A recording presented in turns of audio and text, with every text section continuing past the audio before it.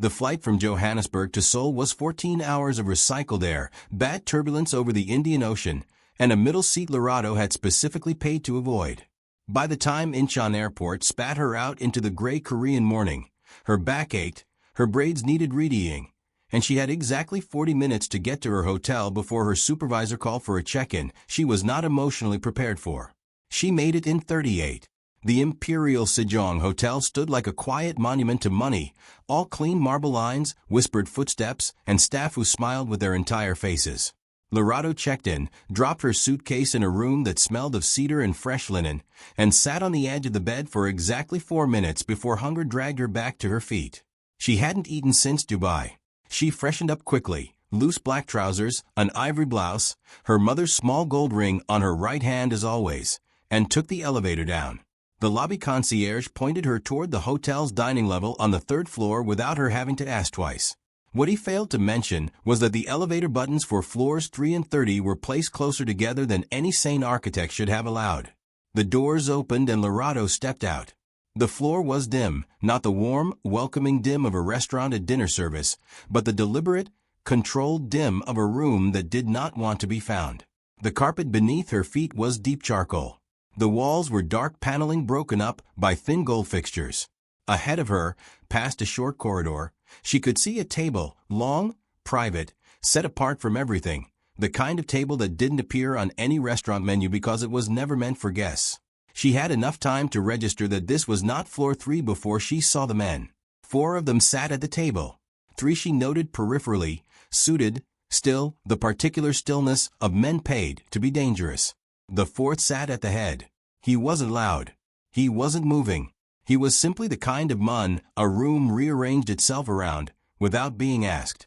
Dark suit, no tie, collar open at the throat. A jaw that looked like it had been carved with bad intentions. His hands rested flat on the table, a half-empty glass of something dark to his right. He wasn't speaking when she appeared. He had been, she could tell, because the other 3 were leaning slightly forward in the posture of men absorbing a verdict. Then he saw her. The room stopped. Not dramatically. Not with noise or movement. Just stopped. The 3 men turned to look at her. 2 of them rose slowly from their chairs. The 4th, the one at the head, the still one, did not move at all. He simply looked at her with eyes that were the color of deep water and about as warm. Lerato felt the mistake land fully in her chest. Wrong floor. The 2 men who had risen were moving toward her now, not quickly but with the kind of measured pace that communicated something worse than speed. One of them murmured something in Korean that she didn't need translated. His hand was already reaching. She raised her chin. "I apologize," she said clearly, her accent cutting clean through the dim room. "I pressed the wrong floor. I'm a hotel guest looking for the restaurant on 3. She held the man's gaze without blinking. "I'll see myself back to the elevator." She said it the way she said most things, without decoration, without performance, as pure fact delivered to whoever needed it. It was the voice she used in boardrooms when men twice her age tried to dismiss her data. It had never failed her. The man didn't step aside. She held her ground. From the head of the table, one word, whoa, quiet, entirely without inflection. "Gwenchunha." The 2 men stopped. Stepped back. The one closest to her dropped his gaze first. Lerato didn't look toward the man who had spoken, because looking at him felt like something she needed to do on her own terms. She waited 1 breath. 2. Then she turned her head. He was watching her with the same flat, unreadable expression he'd worn since she appeared. No curiosity she could name. No warmth. But he hadn't looked away either, and there was something in that sustained stillness, something that was not quite nothing. She gave him a single, composed nod. "Thank you." He said nothing. She turned and walked back to the elevator. Her footsteps were even. Her spine was straight.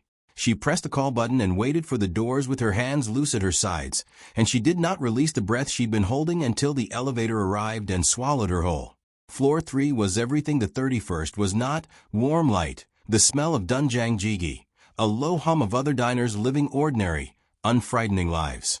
Lerato ordered galbijim and mineral water and sat by a window that looked out over the lit city. So at night was all layered light, towers and signage and the distant thread of the Han River reflecting everything back at the sky. She ate slowly. She was good at compartmentalizing. It was, professionally speaking, one of her finest qualities. It was nothing, she told herself. Wrong floor. Walked out. Done. She thought about the man's hands flat on the table. The way he'd silenced two large men with a single word and hadn't bothered to look proud of it. The way people did when they wanted you to notice their power. He hadn't needed her to notice. That was the thing about him that had snagged somewhere in her mind and wouldn't release. He already knew what he was. He didn't need a witness. She finished her meal and signed it to her room. On the 31st floor, long after the meeting had concluded and the others had gone, Hajun sat alone at the long table with his glass and the quiet. He had not moved from his chair for 40 minutes. His phone had lit up twice, his head of operations, then his financial director. He had not answered either. The reports would keep. He was thinking about a woman in an ivory blouse who had walked into a room that should have terrified her, and had instead looked at two of his men the way a professor looks at students who haven't done the reading. He was thinking about the way she had spoken, clean, direct, like someone who had decided long ago that clarity was kinder than softness. He was thinking about the single composed nod she'd given him before she left, as though she were the one concluding the interaction. He picked up his glass. He had not thought about a person, any person, in 3 years. Not like this. Not with the particular, involuntary weight of interest. He didn't understand it. He disliked not understanding things. He finished the last of his drink and stood, straightening his cuffs with the automatic precision of long habit. He crossed to the window. Seoul stretched out 40 floors below, indifferent and blazing and endless. Who is she? The question sat in the middle of his chest like something warm. He did not know yet what to do with warmth. Lerato had a system. Every investigation began the same way, not with names or faces or rumors, but with numbers. Numbers were the most honest thing in the world. They didn't protect themselves with charm or intimidation. They simply sat there, patient and incriminating, waiting for someone with enough skill and enough nerve to read them correctly. She had both. By 6 the next morning she was at the small desk in her hotel room, with 3 monitors running, her braids pulled back, a cup of rooibos she'd brought from home, steeping beside her keyboard. The Seoul field office had granted her remote access to the financial crimes database the night before. She started pulling threads. The Seoul syndicate was enormous, not in the loud, obvious way of criminal organizations that wanted to be feared. It was enormous the way a root system was enormous. Most of it was underground, invisible, and what showed above the surface looked perfectly respectable. Holding companies, logistics firms, a private equity branch with a clean public record, 3 licensed financial institutions. Lerato wasn't interested in what was clean. She followed the subsidiary accounts, the quiet ones, the ones structured to look boring. Shell companies nested inside holding structures, inside trusts, inside legitimate businesses in 4 different countries. It was elegant work, she had to admit. Whoever had built this architecture was meticulous. Someone with formal training, not just criminal instinct. 6 hours in, she found it. A single account, numbered, registered in the Cayman Islands, moving funds through a Luxembourg intermediary before landing in a Seoul-based private asset management firm. The firm's directorship listed 3 names. One of them was listed as a non-executive advisor. Hajun. She sat back. She stared at the name on her screen for a long moment. Then she looked at the window. Seoul was gray and bright outside, the kind of morning that couldn't decide what it wanted to be. She thought about the 31st floor, the dark table, the flat, watercolored eyes. She wrote the account number down, circled the name, and kept going. She was leaving the field office at 6:30 in the evening when the car appeared. She noticed it the way she noticed most things, quietly, without reaction. Black. No plates visible from the front. 2 men inside. One already stepping out before the vehicle fully stopped. Tall. Suited. The same deliberate stillness as the men from the night before. She stopped walking. Missed Lamini. His Korean-accented English was careful, formal. You've been asked to come with us. Asked, she repeated. Yes. She looked at the car. Looked at him. Calculated the distance to the office building she'd just left, the number of people still inside, the time it would take to reach her phone. Then she looked at the man's hands, loose at his sides, not reaching for anything, and understood the message being communicated. This was not a threat. It was, In the most expensive, well-tailored sense of the word, an invitation. She got in the car. The Seoul Group's corporate tower was in Gangnam, a glass column that rose above its neighbors with the quiet arrogance of something that had never needed to compete. The lobby was all white stone and deliberate silence. She was taken directly to a private elevator, brought up 50 floors, and led into an office that was less a room than a statement. Floor-to-ceiling glass on two sides. The entire city spread below like a circuit board. A desk that was mostly empty, a few documents, a single pen, a closed laptop. No photographs. No decoration. Nothing that revealed anything about the man who sat behind it. Hajun rose when she entered. He was taller standing than she'd accounted for. The suit was charcoal today, the collar buttoned. He gestured to the chair across from his desk with a brief, economical movement, and waited until she sat before sitting himself. She appreciated that, despite herself. "You're thorough," he said. His English was precise, unhurried, each word given its full weight. "Faster than we anticipated." "I'm good at my job." "Yes." No edge to it. Simply agreement. "You found the Luxembourg structure." She kept her face still. "Your people are watching my access logs." "My people watch everything." He leaned back slightly. "Miss Lamini, you are looking for something that does not want to be found. I want you to understand what that means, not as a threat, as a fact." "Facts are my profession," she said. "Here's one. The account I found this morning moves approximately 400 million won per quarter through a structure designed to look like asset management. That's not a fact that disappears because someone asks me to look away." Something moved across his face, too brief and too controlled to name. Not anger. Something closer to consideration. "And if I told you that account funds 3 youth rehabilitation centers in Incheon and a private hospital in Mapo that treats patients without insurance?" Lerato was quiet for a moment. "Then I'd say the source of the funds still requires explanation." He looked at her for a long time. Outside, Seoul hummed 50 floors below them, oblivious. "You don't frighten easily." "No. Most people who sit in that chair are frightened." "I'm not most people." The silence between them was not uncomfortable. It was the silence of two people taking accurate measure of each other and finding the measurement unexpectedly even. He stood. She understood the meeting was ending and rose as well. His assistant appeared at the door without being summoned. She noted that, filed it away. She was almost at the door when his voice came, quiet, unhurried, as though the words cost him nothing. "Miss Lamini." She stopped. Did not turn immediately. Made him wait one beat before she looked over her shoulder. He was still standing behind his desk, hands in his pockets, watching her with those deep, unreadable eyes. "Have dinner with me. Tomorrow evening. So we can settle this between people, not adversaries." The room held its breath. Lerato studied him for a moment that lasted several seconds longer than was strictly professional. Then she turned back to the door and walked out without answering. She told herself on the drive back that she wasn't going. She told herself again in the shower, and once more while she lay in the dark staring at the ceiling at midnight with Seoul glowing softly through the curtains. The next evening, at 7:45, she stood in front of her hotel mirror in a deep green dress, her braids down, her mother's ring on her finger. She picked up her bag. She went. The address he had sent, a single text, no greeting, no signature, just coordinates and a time, led her out of the city's dense center and along the Han River until the buildings thinned and the road climbed. The car she'd hired turned through a private gate that opened before they reached it, which meant someone had been watching the road, which meant she was expected in a way that went beyond a dinner invitation. She noted it. Said nothing. The house revealed itself slowly. First the lights, then the shape of it, all dark steel and glass suspended above the riverbank like something that had grown there deliberately. It was not showy. It was the kind of home that didn't need to announce itself because it had nothing to prove to anyone who might be looking.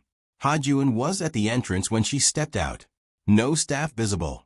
No security she could see, though she knew they were there, somewhere in the dark periphery, present and invisible. He looked at her once, the way he seemed to do everything, completely, without performance, and said simply, "You came." "I said I would," she replied. She hadn't said anything of the sort. They both knew it. Neither of them addressed it. He led her through the house, without narrating it, which she appreciated. She hated when people explained their own spaces. This is the living area. This is where as though a room couldn't speak for itself. This one spoke clearly. Clean lines, dark materials, books arranged on a low shelf without any apparent concern for aesthetics. A single painting on the far wall, abstract, mostly black with a fracture of gold running through the center. No photographs anywhere. The dining area opened onto a glass wall that faced the river, the water black and silver and moving slowly below them. The table was set for two, not elaborately, but thoughtfully. Linen napkins. Low candlelight. A bottle of South African Shiraz, standing open to breathe. She stopped. Bosch Endall, she said quietly, reading the label. Asterisk Western Cape. Asterisk he pulled her chair out. Asterisk I was told you don't eat red meat, so I adjusted the menu. I hope the wine is acceptable regardless. Asterisk. She sat down and looked up at him. Asterisk you research me. Asterisk. Asterisk I research everyone I have dinner with. Asterisk. Asterisk and everyone you have dinner with gets wine from their home country? Asterisk. The corner of his mouth moved. Barely, almost nothing. But it was there. No, he said, and took his seat. The food arrived in courses, brought by a single staff member who moved quietly and disappeared completely between appearances. Dubu jorum. Grilled sea bass with perilla. A cold buckwheat dish she didn't know the name of but finished entirely. They talked. Not the way people talked at business dinners, circling, performing, constructing sentences designed to reveal nothing. They talked the way two people talked when they were too tired or too intelligent to waste time on pretense. She told him about Johannesburg, about growing up in Soweto with a mother who kept a ledger for every cent that passed through the house, because asterisk money doesn't lie if you write it down correctly, Lerato. Asterisk she told him how she'd followed the numbers all the way to a forensic accounting degree, then international financial crimes, then a career that took her across 12 countries in 4 years. You like the chase, he said. I like the truth, she corrected. Asterisk the chase is just what the truth makes you do to earn it. Asterisk. He considered that for a moment, turning his wine glass slowly by the stem. Asterisk, and if the truth is more complicated than the crime? Asterisk. It usually is, she said. Asterisk, that's not an argument for looking away. Asterisk. He nodded slowly, not conceding the point, absorbing it. She set her glass down and looked at him directly. Asterisk, your turn. You know where I grew up. I know nothing about you that isn't in a file. Asterisk. Asterisk files are usually sufficient. Asterisk. Asterisk I'm not asking about the mun in the file. Asterisk. The candlelight moved between them. Outside, the river kept its quiet indifference to the both of them. He didn't answer immediately. When he did, it was spare, sentences like small, controlled openings in a wall.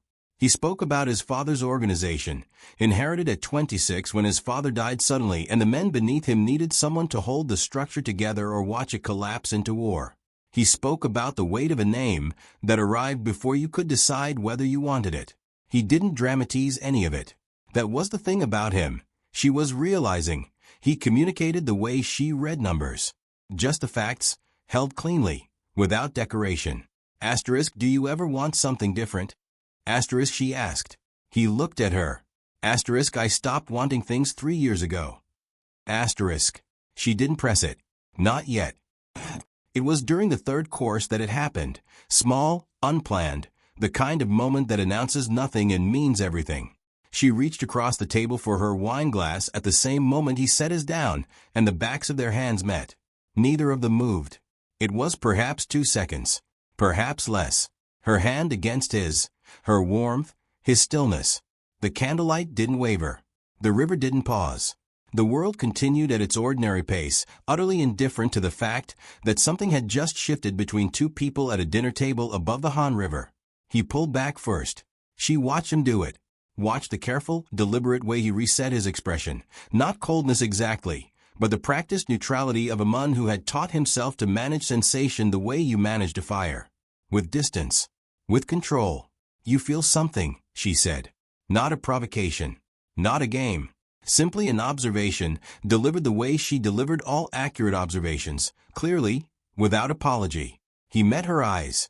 Said nothing. But he didn't deny it either, and his silence was the loudest thing he'd said all evening. He walked her out himself when the evening ended. The night air off the river was cool, carrying the particular clean scent of water and city in combination. Her car was already waiting at the foot of the entrance steps. He came down the steps beside her and stopped at the bottom, hands in his pockets. She turned to face him. In the low light he looked less like a man who ran an empire and more like a man who was very, very tired of being alone in one. She didn't say that. She filed it away in the part of herself she used for things she understood but wasn't ready to speak yet. "Thank you for dinner," she said. "The bosh and all was perfect." "I'll note that." She almost smiled, turned toward the car.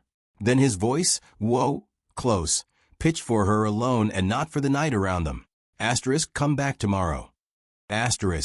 She opened the car door, paused with her hand on the frame, her back still to him, the river dark and silver behind the house above them. She didn't answer. She got in. The car moved down the long driveway and through the gate and back toward the city's blazing ordinary life. In the back seat, alone, she looked down at her right hand, the one that had touched his. The warmth had already faded from her skin. She pressed her fingers together anyway, quietly, like keeping something. She was back the next evening before the sun finished setting. 3 years, 2 months, and 11 days. Hajun had never counted it consciously. He simply knew it the way he knew the weight of his own name, as something carried without choice, present in every room he entered, every decision he made, every morning he woke to a world that had continued turning without his permission after the night sea and Minji stopped breathing. He had never told anyone about the counting. He hadn't told anyone much of anything in 3 years, 2 months, and 11 days. It began on the 4th evening. Lerato arrived at the house on the river at 7, as she had the previous 2 evenings, under the same mutual pretense that these were negotiations, that she was evaluating what she'd found in his financials against what he was willing to disclose, that this was professional due diligence and nothing more. They had both stopped believing that somewhere around the 2nd evening. Neither of them had acknowledged stopping.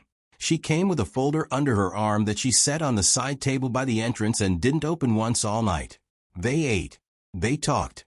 She told him about a case in Lagos 3 years prior, a petroleum company running 4 sets of books simultaneously, so elaborately constructed that 3 senior auditors had passed it as clean. She'd found the discrepancy in a rounding error. A single, small, dishonest rounding error across thousands of transactions, repeated with such consistency that it became a pattern, and patterns, she told him, were always confessions. "Everything confesses eventually," she said. You just have to know what you're listening for. He looked at her across the table. And what are you listening for now? She held his gaze. I'm not sure yet, but I'll know it when I hear it. After dinner he took her to the roof. She didn't know there was a rooftop level until he led her to a narrow staircase at the back of the house that she hadn't noticed on any of her previous evenings. He opened the door at the top and stood aside for her to pass. She stepped out and stopped. The space was nothing like the clean, minimal precision of the rest of the house. It was alive. Raised planters ran the full perimeter, thick with growth, deep-leaf tropical plants and trailing vines, small trees in large ceramic pots, herbs and grasses she recognized and others she didn't. String lights had been woven through the canopy of one corner, low and warm and completely at odds with the month she had been learning for 4 evenings. In the center, 2 weathered wooden chairs faced the river, set close together with the ease of furniture that had learned the shape of long companionship. Lerato turned slowly, taking it in. "This is not yours," she said quietly. Not an accusation, a reading. He moved past her to the railing at the far edge, hands resting on it, looking out at the river below. "It was my brother's," he said. He designed it, planted everything himself, spent 2 summers building it. She didn't say anything. She moved to stand beside him at the railing, close but not touching, and looked out at the same water.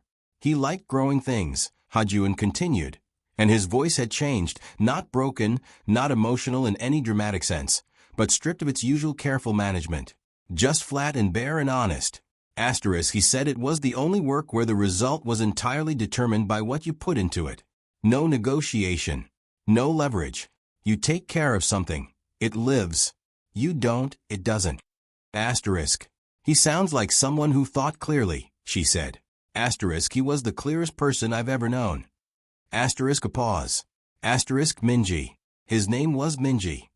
Asterisk. She turned her head to look at him. He was still watching the river. He died 3 years ago, Hajun said. Asterisk, during a conflict I initiated. He had asked me not to. He understood what it would cost and he told me directly, and I decided that my judgment was superior to his concern. Asterisk, the words came out level, each one placed precisely, like a man reciting a verdict he had long since accepted. Asterisk, he was 24. Asterisk. The rooftop was quiet around them.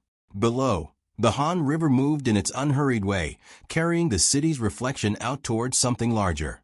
Lerato did not say I'm sorry. She did not say it wasn't your fault because she didn't know whether it was, and she respected him too much to offer comfort that hadn't been asked for and might not be true. She said, asterisk, what was he like? Asterisk. Hajun was quiet for a moment. Then, slowly, he began to talk. He talked about Minji the way you talked about someone when you had kept them sealed inside you for 3 years and a door had unexpectedly opened, carefully at first, then with the unstoppable momentum of long-compressed things finally given space. Minji who argued with Hajun about everything and was right with an infuriating frequency. Minji who brought home a 3-legged dog without asking and named it after a Korean historical figure because he said all survivors deserve dignity. Minji who could make any room warmer simply by entering it, who had their mother's laugh and their father's stubbornness and something entirely his own underneath both. Lerato listened to every word. She didn't redirect, didn't summarize, didn't offer parallel stories about her own grief to fill silences that didn't need filling. She simply stood beside him in the dark and let him speak until he had nothing left to say, and then she stayed in the quiet with him without manufacturing noise to cover it. It was the most valuable thing anyone had done for him in 3 years. I stopped feeling things after he died, Hajun said eventually. His voice lower now, most of the control returned but something remaining open underneath it. Asterisk, I decided it was appropriate. That someone who makes the choices I made shouldn't be permitted the luxury of feeling anything. Asterisk. Grief isn't a luxury, Lerato said quietly. Asterisk, no. Asterisk, he turned to look at her for the first time since they'd come upstairs. Asterisk, but I told myself it was. It was easier. Asterisk. She held his gaze. Asterisk, easier than what? Asterisk. He didn't answer immediately. The string lights caught the edge of his face in warm gold. He looked, in that moment, like a man who had been carrying something enormous for so long that he had forgotten what his own body felt like without the weight. Easier than admitting that I didn't know how to carry it, he said. Asterisk, that I had no idea what to do with something I couldn't control or negotiate or straight guys around. Minji was gone and I couldn't fix it, and I had never once in my life encountered a problem I couldn't fix. Asterisk. She looked at him for a long moment. Then she turned back to the river, and he did too, and they stood side by side in the breathing dark of his brother's garden, the plants alive around them, the city lit below, the water moving the way it always moved, indifferent and constant and quietly kind. She didn't offer him a solution. She didn't tell him it would be all right. She was a woman who dealt in truth, and the truth was that some things didn't become all right. They became something you learned to hold differently. But she stayed. That was the whole of it. She stayed beside him without agenda or performance, and let him be exactly where he was without asking him to be anywhere else. He felt it happen in his chest, slow and almost painful, the way warmth returned to a limb that had been numb too long. Like something deciding to come back to life without asking his permission. He didn't move, didn't speak. But somewhere in the space between one breath and the next, the door he had welded shut 3 years ago shifted. Not open, not yet, just shifted. Just enough to let something through. A crack of light. Small and stubborn and completely unwelcome. He stood in it anyway. The deadline arrived on a Tuesday. A single email from her unit supervisor in Johannesburg, copied to the Seoul field office director, which meant it was no longer a suggestion. 14 days, Lerato. We need escalation paperwork or a formal closure report. The account trail you found is more than sufficient to move forward. Don't let proximity to the subject compromise the integrity of the work. She read it twice, closed her laptop, sat in the quiet of her hotel room for a long time. Proximity to the subject.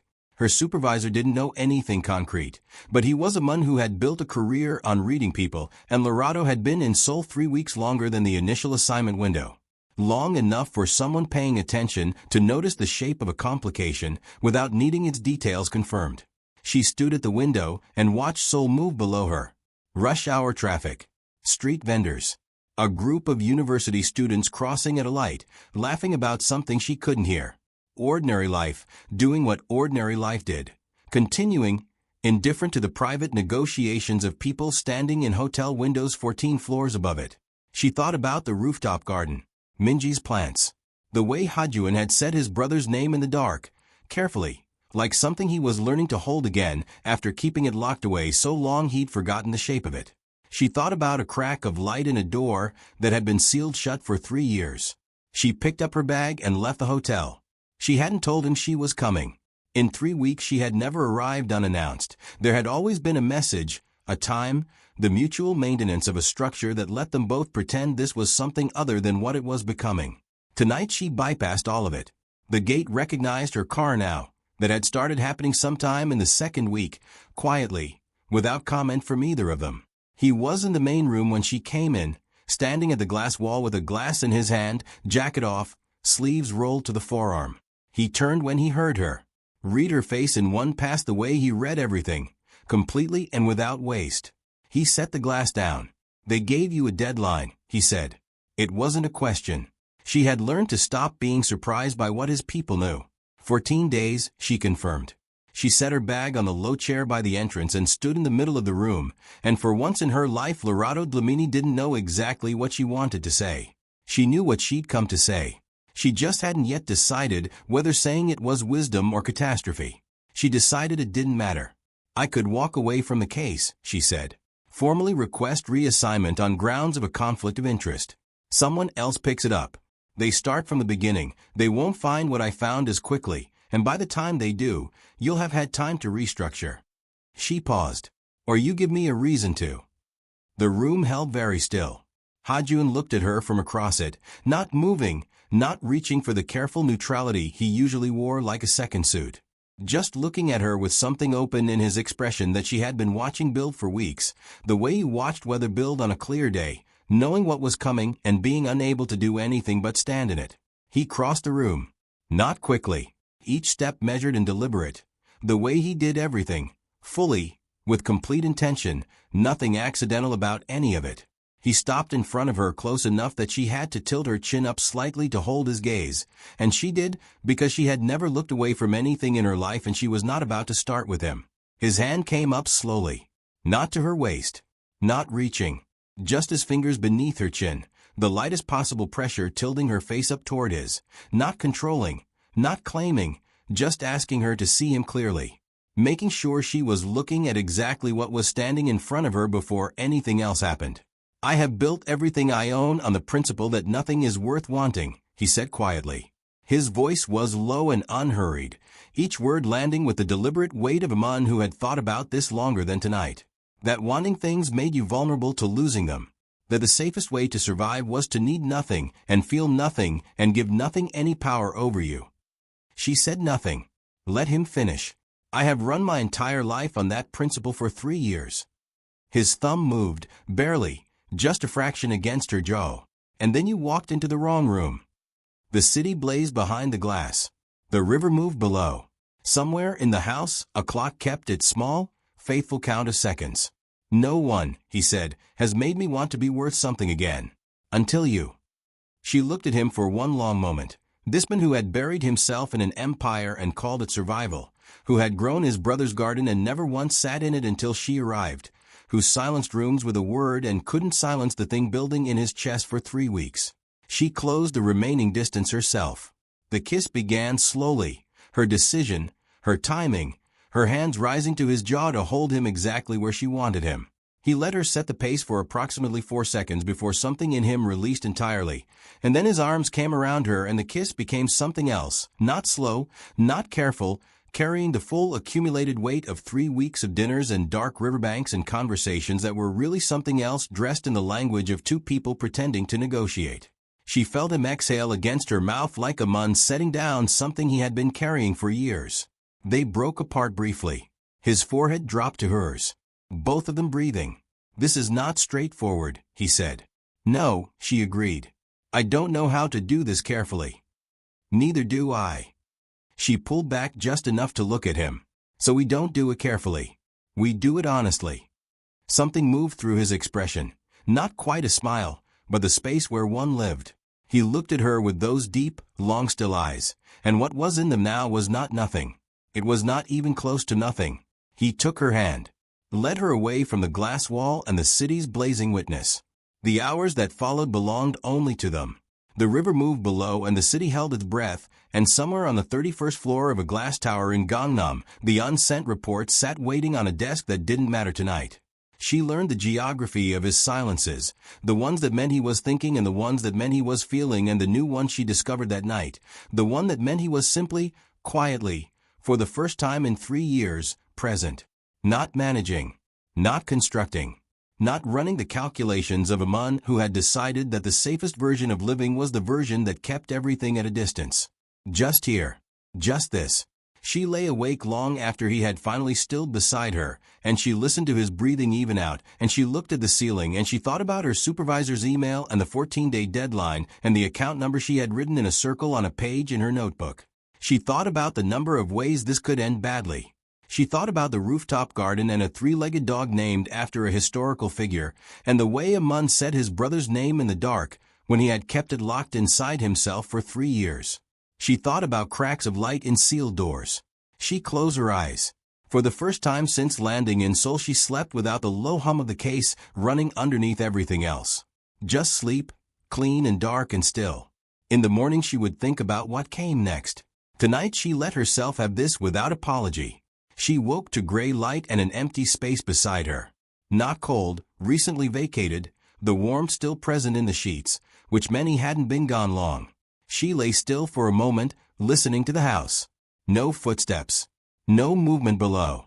Just the quiet specific to very early morning in a large space, that particular held-breath silence before the world remembered to start again. She sat up, found his shirt on the chair at the foot of the bed, which she did not take, found her own clothes, dressed in the gray light, and went looking. She found him on the rooftop. He was standing among Minji's plants with his back to the door, a cup of something warm in both hands, still in last night's trousers and a plain white shirt with the sleeves pushed back. The string lights were off. The sky above Seoul was the color of unpolished silver, the river below the house barely visible through the early morning mist. He heard her come through the door, but didn't turn. She crossed the rooftop slowly and came to stand beside him. She looked at his profile, the jaw, the set of his mouth, the thing happening behind his eyes that he was doing his best to keep from his expression, and mostly failing. "You're going to push me away now," she said. Not a question. She had spent 3 weeks learning how this man communicated, and she was very good at reading things that didn't want to be read. He was quiet for long enough that a lesser woman might have filled the silence with something softer, something that gave him an easier exit. Lerato let it sit. "What I said last night," he began, "was true," she said simply. "Yes." He turned the cup in his hands. "Which is the problem?" She looked at him. "Explain that to me." He turned then, fully, facing her in the gray morning light with an expression she hadn't seen on him before. Not the careful blankness of the boardroom. Not the stripped openness of the rooftop the night he told her about Minji. Something between the two, a man standing at the exact point where his armor had come off and he hadn't yet decided whether to reach for it again. "The last time I let something matter to me," he said quietly, "I made decisions that cost my brother his life. I told myself I was protecting the empire, protecting the family, but the truth was simpler than that. I wanted to win, and Minji paid for it." He paused. "I have not allowed anything to matter since because I do not trust what I become when things matter to me." The rooftop held them in its early morning stillness. One of Minji's trailing plants moved slightly in a wind she couldn't feel. "You think caring about me will make you dangerous," she said. "I think caring about anything makes me someone whose judgment cannot be trusted." She was quiet for a moment. "Then, that's not wisdom, Hajun. That's punishment." He looked at her. "You're not protecting anyone by feeling nothing," she continued, her voice even and unhurried, the voice she used when the truth was uncomfortable and needed to be delivered anyway. You're just serving a sentence you gave yourself. And Minji, she said his name carefully, honoring the weight of it, didn't die so you could spend the rest of your life in a cell you built from his memory. Something moved through his expression. Swift and unguarded, there and then managed. His jaw tightened. She didn't push further. She had said what was true. The rest was his. She turned and crossed the rooftop toward the door. At the threshold she paused, not to look back, just paused and reached into the small pocket of her trousers. She turned back and set something on the low wooden table just inside the rooftop entrance. Small. Gold. The ring she wore on her right hand every day without exception. Her mother's ring, the one she had carried across 12 countries and 4 years as the closest thing she owned to a compass. She didn't explain it. She didn't know fully why she did it, only that it felt like the honest thing. And she had always trusted honesty over strategy. She went downstairs, collected her bag from the entrance, let herself out.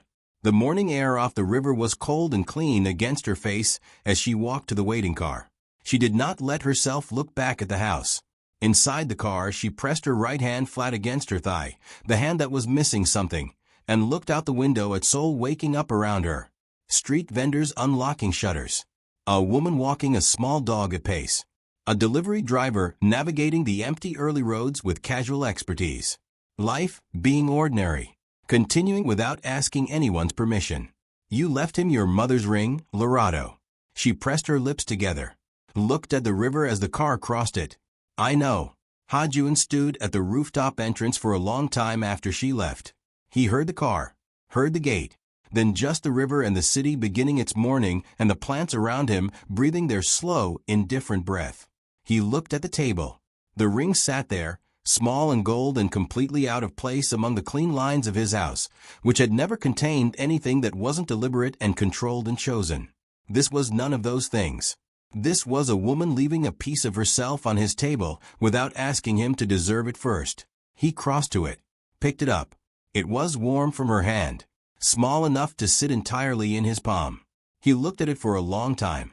This object that had crossed 12 countries and a mother's lifetime and ended up here, in the mist above the Han River, in the hand of a man who had spent 3 years deciding he wasn't allowed to hold anything.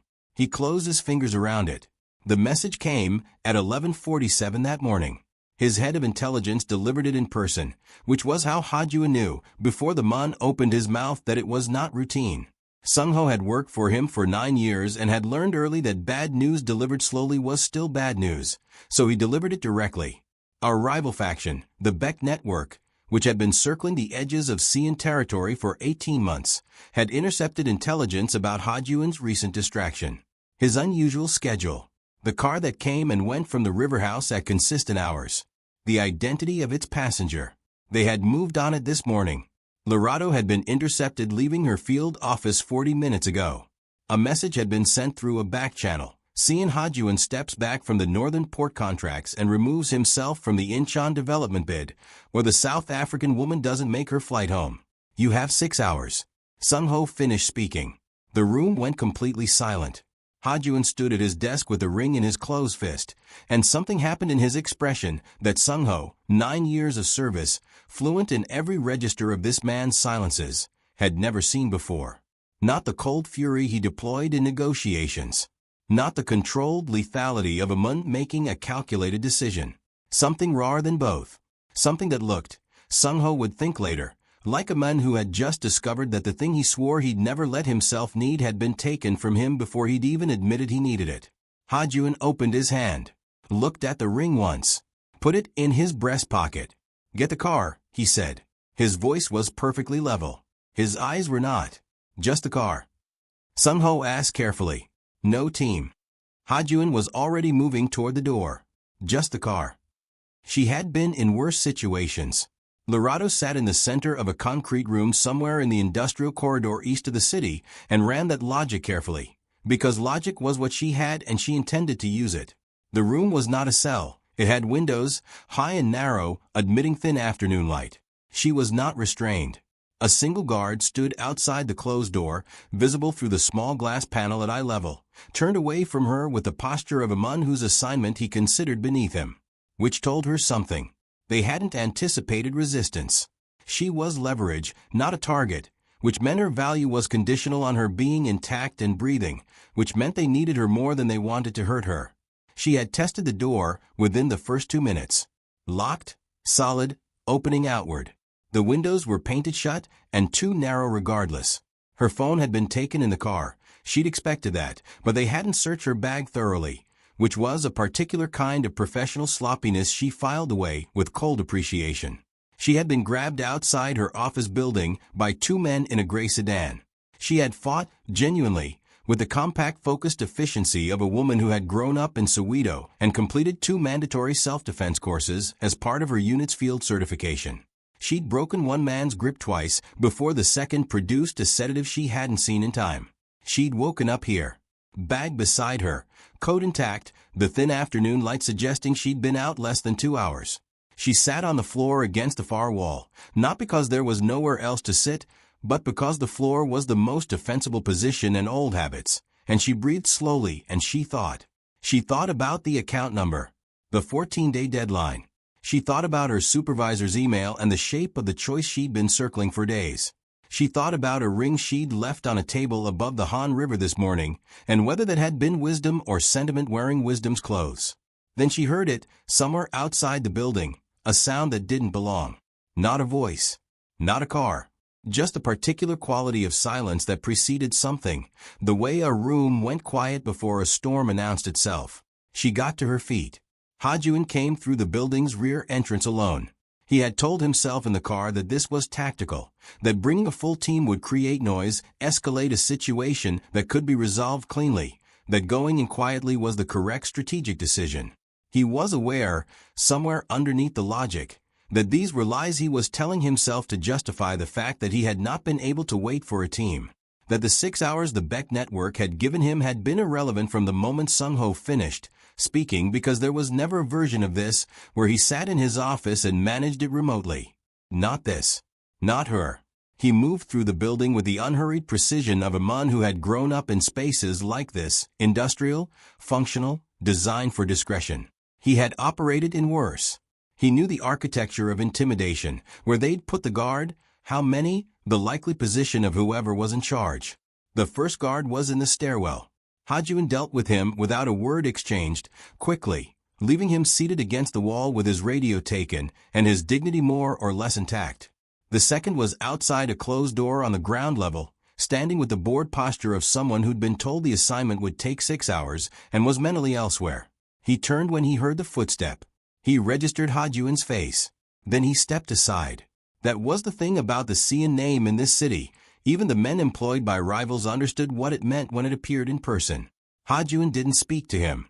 He simply looked at the man until the man moved, then tried the door. Locked from outside. He turned the key the guard had in his jacket, taken before the man had finished stepping aside, and opened it. She was standing in the center of the room. Not against the wall. Not seated. Standing, weight balanced, her bag over one shoulder and her coat still on, with the expression of a woman who had been waiting not with fear, but with the active, focused patience of someone solving a problem from the inside out. She looked at him. He looked at her. The relief that moved through him was not something he had experienced before, not in that form, not with that particular quality of physical immediacy, like something in his chest unlocking before his mind had fully caught up. He had felt fear before. Urgency. The cold, focused tension of high-stakes situations. This was none of those things and all of them, and something else entirely that he did not have a word for and didn't need one. He crossed the room in 4 steps and put his arms around her. Not gently. The way a man held something he had nearly lost before he had admitted to himself that he needed it. Completely, without reservation. Both arms and his full presence and nothing held back. His face dropped to her hair and he held her and he breathed and he felt the 3 years and the sealed door and the rooftop morning and the ring in his breast pocket all at once. Everything he had managed and buried and denied settling into its true shape in the space of 4 steps across a concrete room. She gripped the back of his jacket with both hands. She let herself shake once, just once, a single involuntary shudder that moved through her and was gone, the body releasing what the mind had been too busy to process. Just once. Then she was still, and he was still, and the room was still around them. Neither spoke. They didn't need to yet. He drove her back himself. Sung-ho had appeared at the building's perimeter by the time they came out. Hajun noted this without surprise, because Sung-ho had been with him 9 years and had never once actually followed an instruction that prioritized Hajun's safety below a threshold Sung-ho considered acceptable. He gave him a brief look. Sung-ho gave him back the look of a man who was not remotely apologetic. Hajun put Lerato in the passenger seat and drove. The city moved around them, ordinary, enormous, indifferent. Street lights beginning to come on as the afternoon tipped toward evening. Seoul doing what Seoul always did, which was continue. She was looking out the window. He watched her peripherally, the set of her shoulders, the way she had her hands folded in her lap with a composure that was real and not performed, because she was not the kind of woman who performed composure. She was the kind of woman who actually had it, which was rarer and more formidable. "Tell me," she said quietly, still looking at the window. He knew what she meant. Not the Beck network, not the tactical details of how he'd found her. She had already understood the outline of that. She meant the rest. The full version of what he had been carrying and what tonight had clarified about the weight of it. He drove for a moment in silence. Then he told her about Minji completely, not the careful edited version from the rooftop, not the measured sentences of a man testing how much he could say. The whole of it. The argument they had the night before the conflict. The way Minji had stood in the doorway of this exact car and said "Hyung," pleased with the expression of someone who already knew he wouldn't be heard. The moment Hajun received the call. The 3 days he had spent closing down every feeling he possessed because the alternative, the full weight of what he had chosen and what it had cost, was something he genuinely believed he would not survive feeling. He told her about the 3 years. What they had looked like from the inside.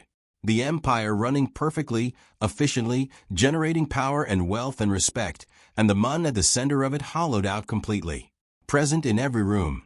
Absent from everything that required him to be a person rather than a function. Forever doesn't ask for permission. 3 months later, Seoul was deep in autumn. The city wore it beautifully, ginkgo trees lining the boulevards in burning gold. The Han River gray and glassy under skies that couldn't decide between clouds and clarity, the air carrying that particular sharp sweetness that only existed in the precise window between summer leaving and winter arriving. Lerato had not planned to be in Seoul long enough to see it change seasons. She had planned 14 days, a closed case, a flight home. Plans, she had learned, were just the stories you told yourself before life decided to be more interesting. The formal investigation had closed 6 weeks prior.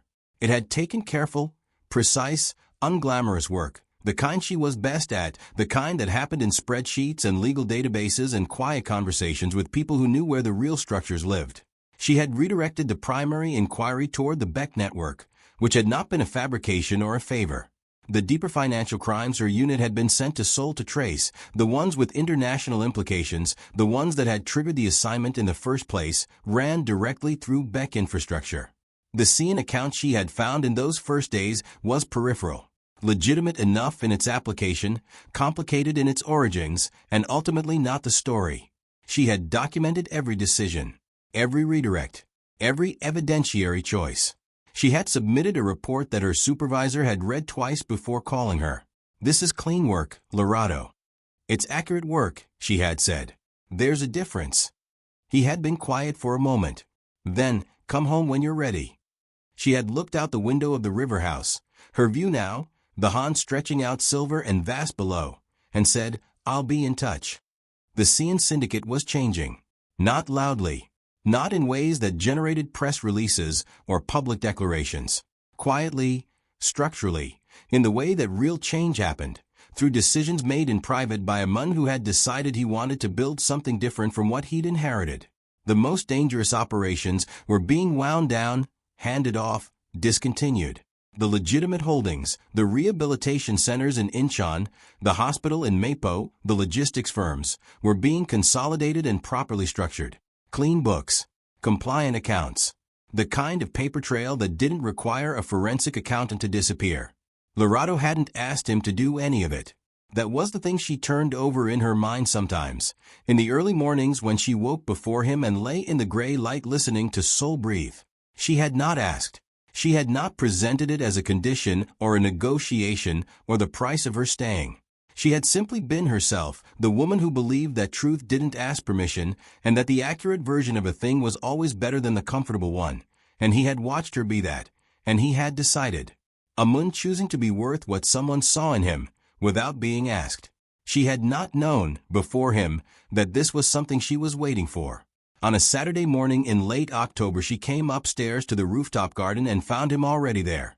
He was crouched beside one of Minji's larger planters, a deep ceramic pot containing a tree that had been struggling since she arrived, its leaves sparse and yellowing despite everything. She had watched him tend it with a focused, private attention over the past weeks, adjusting soil, researching conditions. The same methodical intelligence he applied to everything redirected entirely toward this one small stubborn life. This morning the tree had put out new growth, 3 small bright leaves at the end of a branch that had been bare for months. He was looking at them when she came through the door. Just looking, crouched beside the planter with his forearms on his knees, still in the plain gray clothes he slept in, the early autumn light falling across him soft and unhurried. She stopped in the doorway. He looked up at her. His expression was not the expression of the Mun she had seen on the 31st floor that first night, contained, impenetrable, the careful blankness of someone who had decided feelings were a liability. It was not even the expression from the rooftop 3 months ago when the door first cracked open. It was something further along than both of those. Something that had moved through grief and guilt and 3 years of self-imposed absence and come out the other side into something quieter and more durable. He looked, simply, like a Mun who was present, who had decided to be here, in this life, on this rooftop, with this person, and had stopped arguing with himself about whether he deserved it. "It's coming back," he said, nodding at the tree. She crossed the rooftop and crouched beside him, looked at the 3 small leaves, impossibly green against the bare branch, certain and unhurried. "It just needed time," she said. He looked at her. Yes. They stayed there for a moment, both of them crouched beside Minji's tree in the early morning, the city beginning its day below them, the river catching the first thing light. Then he stood, and she stood with him, and he reached into the pocket of his gray shirt and took out something small and gold that she recognized immediately. Her mother's ring. He had kept it. Through everything. The morning she left it on the table, the concrete room east of the city, the 3 months of quiet rebuilding. He had kept it. She knew this because she had never asked for it back, and he had never offered it, and somewhere in that mutual silence they had both understood what it meant without needing to say it. He held it between his fingers and looked at her with the directness that had always been his most honest quality. No performance, no construction, just a man seeing a woman clearly and being seen clearly in return. "I don't have a clean life to offer you," he said. "I have a complicated one that is becoming less complicated, slowly, because that's the only honest pace for it. I have a rooftop garden and a brother I loved and 3 years I can't reclaim and a version of myself I'm still learning to trust." He paused. "I have this, me, trying, every day, to be worth what you see." She looked at him for a long moment. The autumn light moved between them. One of Minji's plants shifted in a breeze she barely felt. "I didn't come to Seoul looking for forever," she said. Her voice was even and warm, the voice she used for true things. "I came with a case number and a 14-day window and a carry-on I'd packed for 2 weeks." The corner of her mouth moved. "Forever found me in the wrong room, with the wrong man." He reached for her right hand. Slowly, with the complete intention he brought to everything, he slid her mother's ring back onto her finger. Not a proposal in the traditional architecture of the word. Not a declaration designed for witnesses. Just a man returning something he had kept safe, and in the returning of it, saying everything that didn't need to be spoken aloud. "I kept this. I'm keeping you." She looked down at the ring on her hand, warm from his pocket, settled on her finger as though it had never left, which in every way that mattered it hadn't. She looked up at him. He was already looking at her, and what was in his eyes was not nothing. It was not even close to nothing. It was 3 years of sealed doors and a crack of light, and a woman who walked into the wrong room and refused to be frightened by what she found there, and a man who had finally, completely, without reservation, come back to life. She stepped into him. His arms came around her, not with the urgency of the concrete room, not with the desperation of almost losing something. With the quiet, settled certainty of a man holding what he intended to hold for a very long time. They stood together in Minji's garden above Seoul, the city blazing below them, the river carrying the morning light out toward something larger than either of them. The new leaves on the struggling tree caught the breeze and held. Somewhere in the house, a clock kept its small faithful count. For the first time in 3 years, 2 months, and 11 days, C and Hajun had stopped counting. He was simply, finally, fully, here. And so was she. The end. Yellow heart. If this story moved you, stayed with you, or made you feel something, subscribe so you never miss what comes next.